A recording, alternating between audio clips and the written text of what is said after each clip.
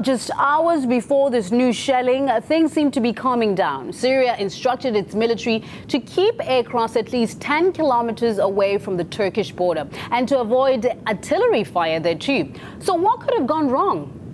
And indeed, Turkey and Iran were both talking to each other about how important it must be that this is resolved peacefully through diplomacy and not through the ideas of Western powers. The implication being, I think it's a terrible situation, and I think it's interesting to see how mainstream media aren't really reporting this, even though, of course, this kind of flashpoint is the kind of flashpoint that can create World War III. This is a NATO power. The people of Syria, the people of Turkey, they like each other. What is going on behind the scenes? Was President Obama looking distracted at the presidential debate, really because he'd just heard about Turkey, the NATO power, attacking Syria?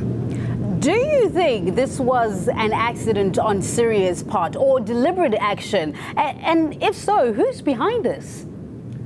Syria's response to the pro-democracy protests has been appalling. And I suppose one would say that if you have the entire Western capitalist world, it has to be said, aiming at destabilizing your country, how does a country act? Most countries just fall. Syria isn't the kind of country to fall. It's way too powerful for that. It's very difficult to tell right now on the ground whether, as some people have it, this was a false flag operation. On the other hand, this was pure incompetence, and what incompetence it must be on the part of the Syrian military forces, or something stranger still. There's no doubt that Western powers are trying to destroy Syria. They don't want a diplomatic resolution, and it's up to Hillary Clinton and people like that to talk to the bereaved relatives of 30,000 people that have now died.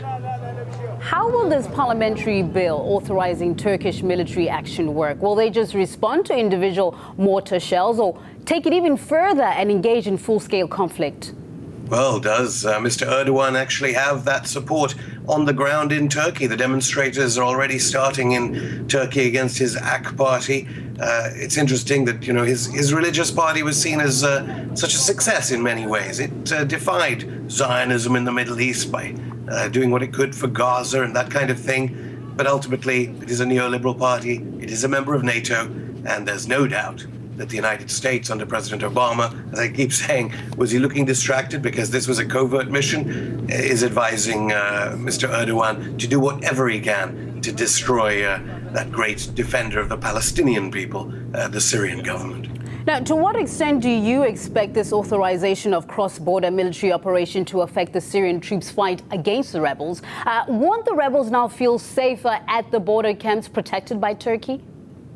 Well, this is what's so unusual. We're getting these reports of this continued, as it were, reaction from the Turkish government. Okay, so Erdogan will face political problems at home, but then why were they speaking with the Iranians so in the past few hours, talking about how this needs a diplomatic solution and not a military one? If Turkey continues under the law and under the agreements made in Parliament, this will draw in a wider situation, a wider theater of war, and risks expanding it.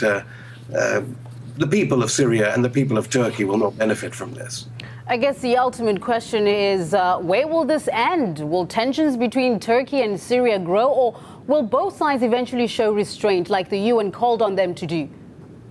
Well, it's a NATO member. NATO says that they'll defend any NATO member. If Turkey continue like this, Syria might see itself getting increasingly desperate and retaliate with full force.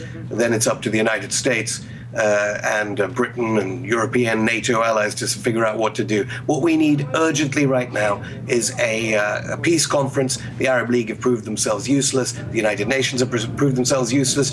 Perhaps the non-aligned movement. But certainly it's up to China and Russia, because they're the only people stopping the full-scale war and the kind of war that will only help forces, it looks like, such as Al-Qaeda. The United States is again supporting Al-Qaeda, and Turkey, Mr. Erdogan, should know much better than to try and help Al-Qaeda. He's been doing his best to fight the forces of Al-Qaeda all through his presidency.